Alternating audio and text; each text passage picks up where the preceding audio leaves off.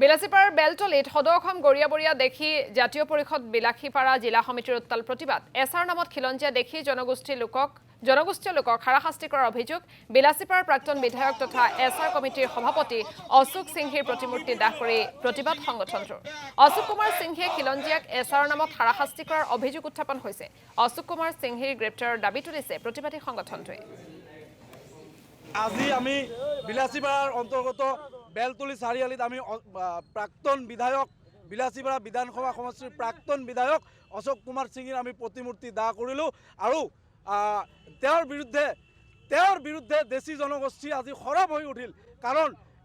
বিলাসীপাড়া বিধানসভা সমষ্টিত মানুহে ইতিমধ্যে গম পাইছে বিলাসীপাড়াত এটা আলোড়নৰ সৃষ্টি হৈছে হুলস্থলীয়া পৰিৱেশৰ সৃষ্টি হৈছে কাৰণ ইতিমধ্যে সকলোৱে জানে এছাৰৰ নামত তেওঁৰ নেতৃত্বত বিলাসীপাড়াৰ দেশী জনগোষ্ঠীয় ৰাইজসকলক হাৰাশাস্তি কৰা হৈছে যিজন এছাৰ কমিটিৰ যিজন চেয়াৰমেন আছে অশোক কুমাৰ সিংহী তেওঁৰে এইবিলাক ষড়যন্ত্ৰ কিন্তু তেওঁক আজি ইয়াৰ পৰা সকীয়াই দিব বিচাৰিছোঁ যদি এজনো দেশী ৰাইজৰ যদি এজনো দেশী মানুহৰ যদি ভোটাধিকাৰ কৰ্তন কৰা হয় তেতিয়াহ'লে কিন্তু ঘৰৰ পৰা ওলোৱা মুস্কিল হৈ যাব আমি বহি নাথাকোঁ দেশী ৰাইজ জাগিছে এইখন আমাৰ ঠাই বিলাসীপাড়া আমাৰ ঠাই তেখেত ইয়াৰ বাহিৰৰ পৰা আহিছে আৰু আচৰিত কথা বাহিৰৰ পৰা হোৱা ব্যক্তি এজনক কিয় এছাৰ কমিটিৰ চেয়াৰমেন বনোৱা হ'ল গতিকে অশোক কুমাৰ সিংহীক অতি সোনকালে গ্ৰেপ্তাৰ কৰিব লাগে এইটো আমাৰ দেশী জনগোষ্ঠীৰ দাবী বিলাসীপাড়া সৰ্বসাধাৰণ ৰাইজৰ দাবী এছাৰ দিছে ভাল কথা এছাৰখন নিকা হ'ব লাগে শুদ্ধ নিকা হওক আমাৰ